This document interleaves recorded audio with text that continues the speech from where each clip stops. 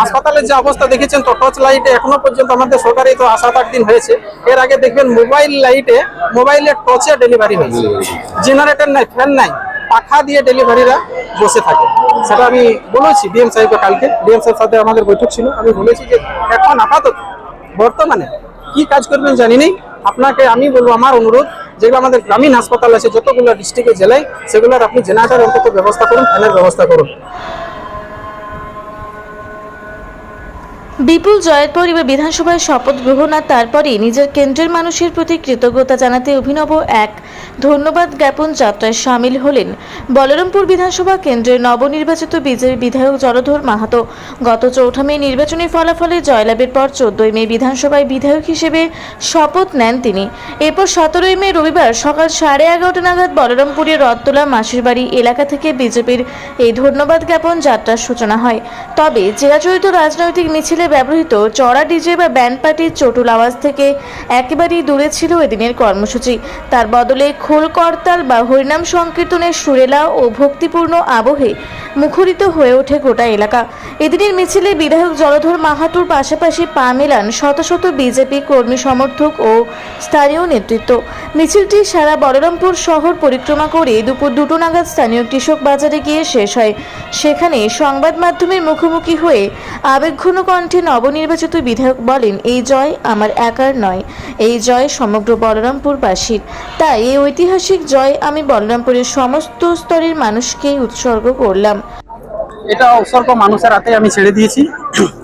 যখন আমি প্রথম আমার নাম ডিক্লেয়ার হয়, তখনই আপনারা সবাই ছিলেন, আমাকে প্রশ্ন করেছিলেন এই বিষয়ে যে আপনার জেতার কি আছে ভবিষ্যৎ। আমি আগেই বলেছিলাম যে 35,000 প্লাস থাকবে আমার বিধানসভায়। বাকি বিধানসভাগুলোর আমি অতটা বলতে পারবো না, কারণ এই বিধানসভায় আমি ঘুরি, এই বিধানসভায় আমি বড় হয়েছি। আপনারা আমি বলেছিলাম যে আমার 30,000 প্লাস থাকবে, 35,051 হয়েছে, ধারে কাছে আর কি। এবার বলুন আপনাদের আর কি বলার আছে।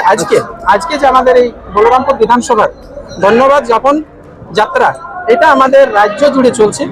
আমাদের রাজ্য সভাপতি শ্রমিকরা বলেছেন আপনারা নিজ নিজ বিধানসভা ওয়াইজ আপনারা এই ধন্যবাদ জ্ঞাপন যাত্রা করবেন। এটা আমরা বলবো না। দেখুন ডিজে আমাদের নেই, খোল কিন্তু দিয়ে আমরা করেছি, কোনো বিশৃঙ্খলাও নেই। আমাদের যা কর্মী দেখুন বিশাল একটা উৎসাহতা আসছে। কেউ কোনো জায়গায় কিছু খারাপ কাজ করেছে বলুন, যে আমাদের ধরুন কোনো কারো করে বাজি ফাটানো, অন্য পাবলিক যারা রাস্তায় যাচ্ছে তারাকে আবির মাখানো করেনি। শান্ত শৃঙ্খলা ভাবে আমাদের বলরামপুরের জনগণ আছে, থাকবে।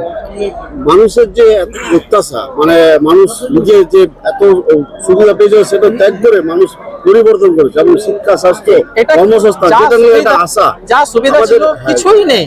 ডবল সুবিধা মানুষ পাওয়ার জন্য এই সরকারকে তারাই, আর আমাদের এই নতুন সরকার নিয়ে এসেছে বিজেপি সরকার, ডবল ইঞ্জিন সরকার করেছে।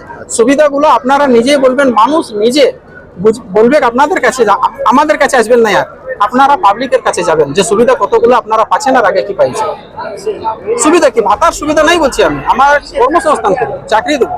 হাসপাতালের যে অবস্থা দেখেছেন তো টর্চ লাইটে এখনো পর্যন্ত আমাদের সরকারি তো 7-8 দিন হয়েছে।